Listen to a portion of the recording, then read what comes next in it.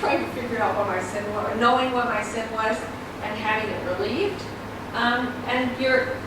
But sin is really just missing the mark of human flourishing. So if I sin, I've actually done something that'll keep me from flourishing, right? It may keep other people from flourishing also, but it definitely, that is the kind of definition. But it's one of the things that secular humanists cannot bear to hear. So as Paul Fitts, if you're in are you maybe in psychology?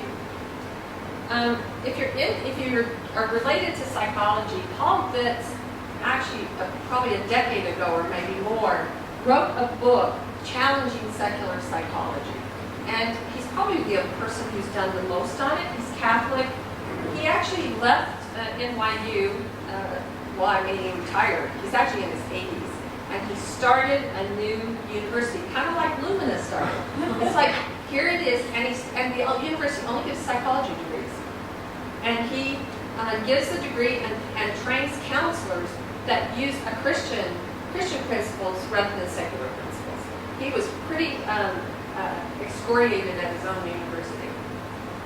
So C.S. Lewis basically reminds us, and this is something we have to be humble about, and I think it's important to remember, is that a person who becomes a Christian is only better than they would have been otherwise. Right? He has that long passage, I think, in Mere Christianity about somebody who's a horrible person who becomes less horrible, and somebody who thinks they're a good person and doesn't push Christ. So,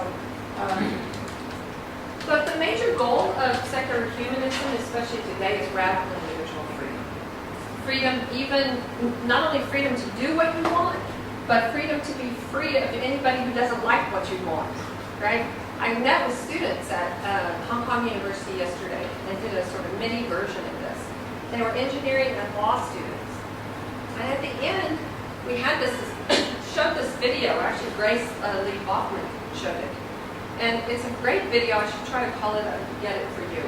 Of people interviewing students on a campus in the United States, on the University of Washington, asking them, what if I told you, here's a white guy, he's probably shorter than me, and he says, what if I told you I was a Chinese woman?